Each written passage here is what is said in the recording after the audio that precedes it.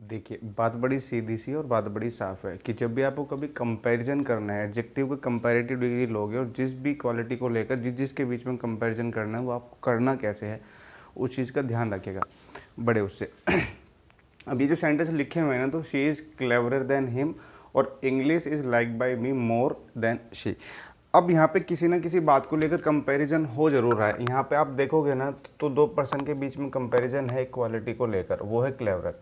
ये जो एडजेक्टिव लिखा हुआ है ना आपका, ये है आपका कंपैरेटिव डिग्री में, ठीक है। बहुत से बच्चों को कन्फ्यूजन होता है कि हम देन के बाद लिखें क्या। अब आप ध्यान से देखें, सी का कंपैरिजन हो रहा है ना, तो सी है एक सब्जेक्ट। सी क्या है? एक सब्जेक्ट है। तो सब्जेक्ट का कंपैरिजन सब्जेक्ट से ही करें, ना कि ऑब्जेक्ट से। क्या लिख दो यहाँ पर? ही लिख दो।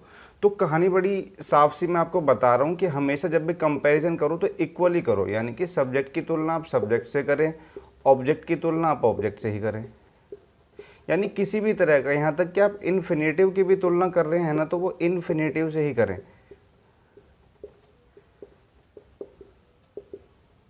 ये बड़ी सीधी सीधी सी बात है, एक बड़ा सीधा सा रास्ता पकड़ लो और काम खत्म।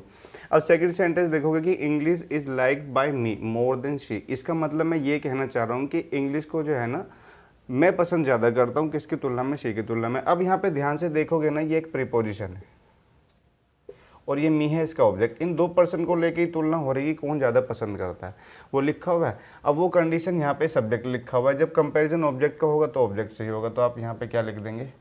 हर लिख देंगे। तो ये बात बड़ी समझ में आ गई कि कंपैरिजन हमेशा इक्वली करें, उन चीज़ों पर रट्टा ना लगाएं कि वहाँ पे ही लिख दूँ या हिमी लिख दूँ या मेरे टोन पे सेट हो रहा है तो वही सही होगा।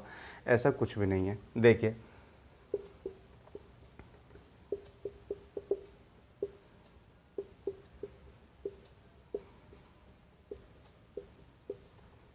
द क्लाइमेट ऑफ मेरठ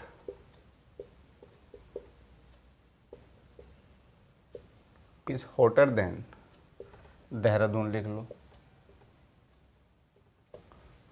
अब यहाँ पे आप देख रहे होंगे कि एक क्लाइमेट को लेकर तुलना की जा रही है कि किस जगह क्लाइमेट किसकी तुलना में ज़्यादा गर्म है, ठीक है। तो यहाँ पे हमने देखा कि मेरठ के क्लाइमेट की तुलना हो रही है और वहाँ पे देन के बाद हमने देहरादून लिखा है।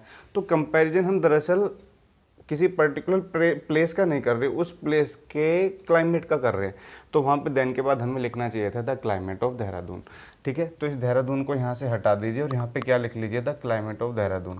अब इस चीज़ का एक बात और ध्यान रखना, अगर ये भी मिल जाए आपको तो ये भी सही, अगर ये मिल जाए आपको तो ये भी सही, वरना क्योंकि एक बार क्लाइमेट लिख दिया है तो आप इसकी जगह पे दैट का यूज़ भी कर सकते हैं, तो वो आपको हिडन हो जाएगा, अपने आप में अंडरस्टूड हो जाएगा कि क्लाइमेट का मतलब क्या है। यहाँ पे दैट हमने लिख दिया, दैट ऑफ देहरादून, तो दोनों सही हो जाएंगे, ठीक है।